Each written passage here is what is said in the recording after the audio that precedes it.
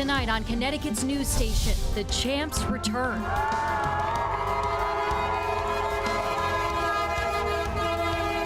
The UConn men celebrate with their fellow Huskies after capturing their national title.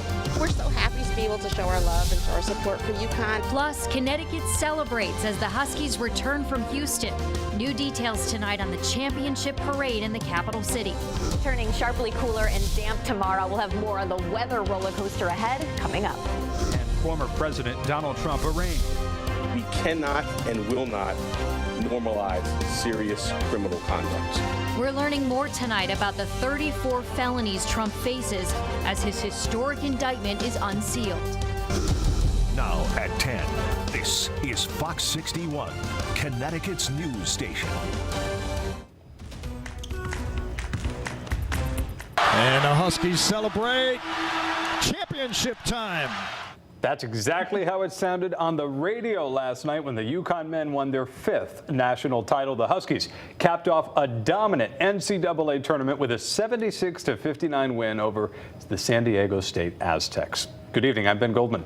And I'm Jen Bernstein. Thank you so much for joining us. Storrs solidified its place as the college basketball capital of the world thanks to a ferocious defense and some really clutch shooting in the last 10 minutes of the game. When you add in 16 women's national titles, UConn now has 16 total championships, 11 rather. They have 16 total championships. So on the men's side, the Huskies are now in the top 5 for most national titles. They moved into a 3-way tie for 4th with Duke and Indiana, although the Hoosiers last won in 1987, more than a decade before UConn's first championship. UCLA remains on top with 11 titles, thanks to the unstoppable run in the 60s and 70s under John Wooden. Kentucky is in second place with 8, and why not think about a repeat for UConn? If they win again next year, they'll tie North Carolina in 3rd place with 6. Well, the celebration on campus and Storrs pretty much hasn't stopped since the final buzzer went off in Houston around 11:40 last night. The Huskies are back on campus tonight and got a huge welcome home by their fellow students. Fox 61's Gabby Molina joining us live in Storrs tonight to show us how UConn Nation celebrated that 5th NCAA championship. Gabby. Well, Ben and Jen, the Huskies went into the tournament with one goal in mind: bring home championship number 5, and they delivered. Take a look behind me. They have officially added 2023 to their list. There's a new men's basketball champion. The 2023 UConn Huskies! And they hail from the basketball capital of the world. And that's Storrs, Connecticut. In Storrs at Gamble Pavilion, the Huskies returned home to hundreds of fans. UConn Huskies! Showing their appreciation with a packed welcome back rally. I went to all the home games this year, watched all the games on TV, so to welcome them back after a big year is pretty important to me. And that support is important to the players. You should let people care about you, so seeing that was definitely something that we will not forget. Even through the tough stretch, you guys still showed up, still showed love. Man, that's the least we could do, win a national championship for y'all. Many of them still trying to wrap their heads around the fact that they brought the trophy home to UConn. I'm a national champion. That's going through my head right now. Still a lot to sink in.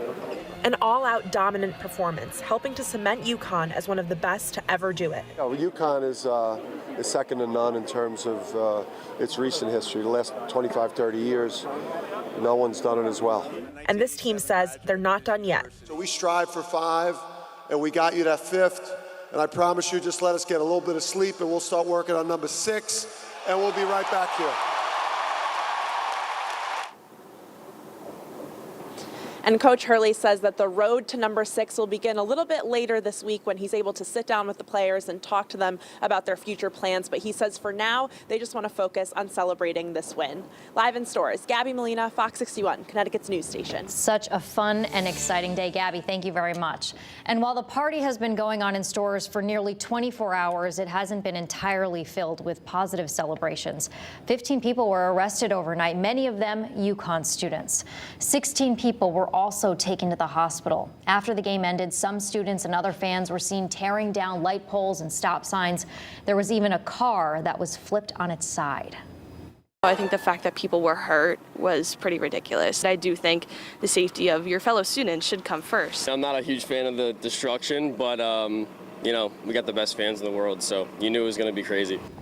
In a statement, UConn says the students that were arrested could face additional punishments, including expulsion.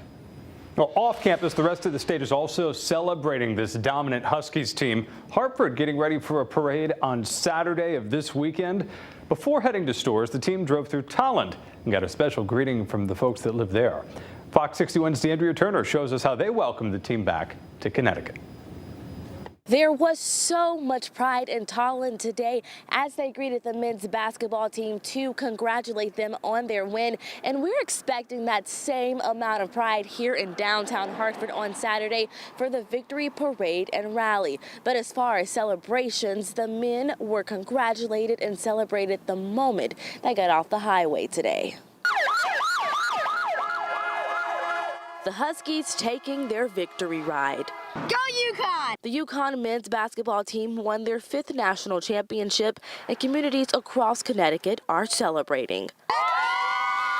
It's not just about stores, it's not just about Tolland, it's about Connecticut, and this is just a great boost for our state, and after COVID and everything we've been through, I think we really needed it. The Huskies rode through the town of Tolland Tuesday on their way back to campus, being greeted by fans and supporters lining through the streets. Yeah, it's pretty cool. It doesn't happen very often, you know, so although with UConn it's happened 5 times, so, but yeah, you never know what's going to happen again. And the UConn pride runs deep, generationally deep. So my husband and I met at UConn a couple times, but he asked me out on graduation day. So the last minute, and then all 3 of our kids went to UConn too. And so we've been following the team since then. Community members saying that this is a true testament, that this isn't only a win for the school, but the entire state.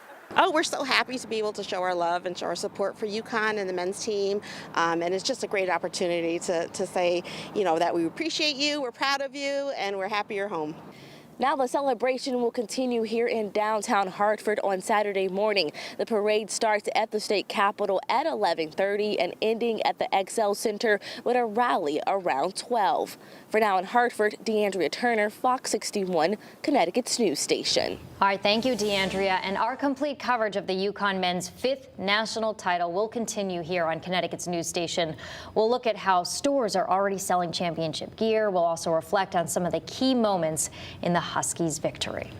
Meanwhile, let's get a check on the forecast tonight with Chief Meteorologist Rachel Frank and our first day in the 70s. Hi, Rach. Yeah, we did it. First day. We are kind of right on track, maybe a little bit later than scheduled. The average for 70-plus degree day is usually right around the end of March. Today we hit a high of 73 degrees. Tomorrow, sharply cooler, and we have to deal with the chance for a couple light scattered showers off and on through the day, although most of the time will be dry. It's going to be a shock to the system compared to what we were dealing with outside today. 59 right now, so it's still mild in the Hartford area, close to 60 in Meriden. We are watching a chance for a couple showers here, and some are actually already hitting the ground in southeastern Connecticut. This is pretty much where they stay as we head through the next several hours or so as a cold front starts to move through the area. So we have some showers from Griswold down through Ledyard, Norwich seeing a sprinkle or two, and overnight lows will be dipping back right around 50 degrees, I should say, as we head towards daybreak. So it's going to be quite a mild start.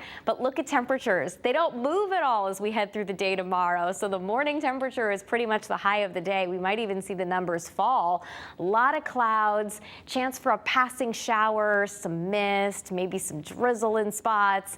And then we're right back to the warmth on Thursday, but we're also timing out some showers. Your full forecast coming up.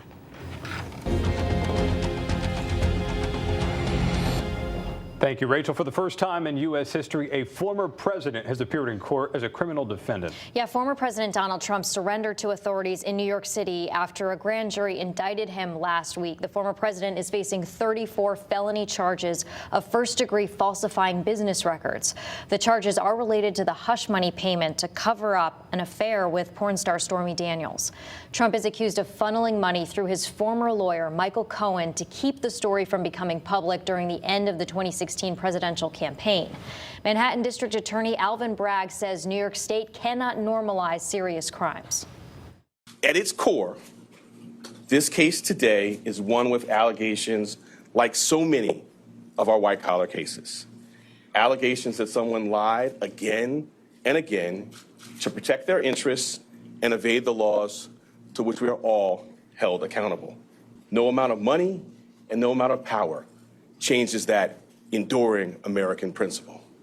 Now, cameras were not allowed in the courtroom, and former President Trump was only briefly seen outside of the DA's office. He was booked and fingerprinted, but two law enforcement officials say that a mugshot was not taken. And we are following breaking news tonight at 10. Former President Trump just finishing speaking to supporters, sounding defiant and calling this indictment fraudulent. He made the comments after returning to Mar-a-Lago down in Palm Beach, Florida. Fox 61's political reporter Emma Wolford joining us in the Breaking News Center tonight to tell us what else the former president had to say. Emma? Yeah, Ben, Jen, this campaign-style speech, the first time we're hearing from Trump since the arraignment this afternoon. And as you said, the former president pleading not guilty to 34 felony counts relating to falsifying business records. As we said, this tied to hush money payments to adult film star Stormy Daniels ahead of the 2016 presidential election. Now, in his just under half an hour speech, Trump railed against the investigation and the Manhattan DA's office, saying it was only brought to interfere with the 2024 election and should be dropped immediately. He called District Attorney Alvin Bragg the criminal, saying Bragg should be prosecuted or at minimum resign, and referring to a quote-unquote Trump-hating judge. They can't beat us at the ballot box, so they try and beat us through the law. That's the country in which we live, however, right now. The USA is a mess. The former president also saying tonight his team is being harassed and hounded, and spent time discussing the other investigations he's currently involved in. Now, despite seeming like a campaign rally, this speech very focused on Trump himself. I'll have more reaction from local party leaders and what this could mean for Trump's campaign coming up at 11. Jen, Ben. Thank you, Emma. We will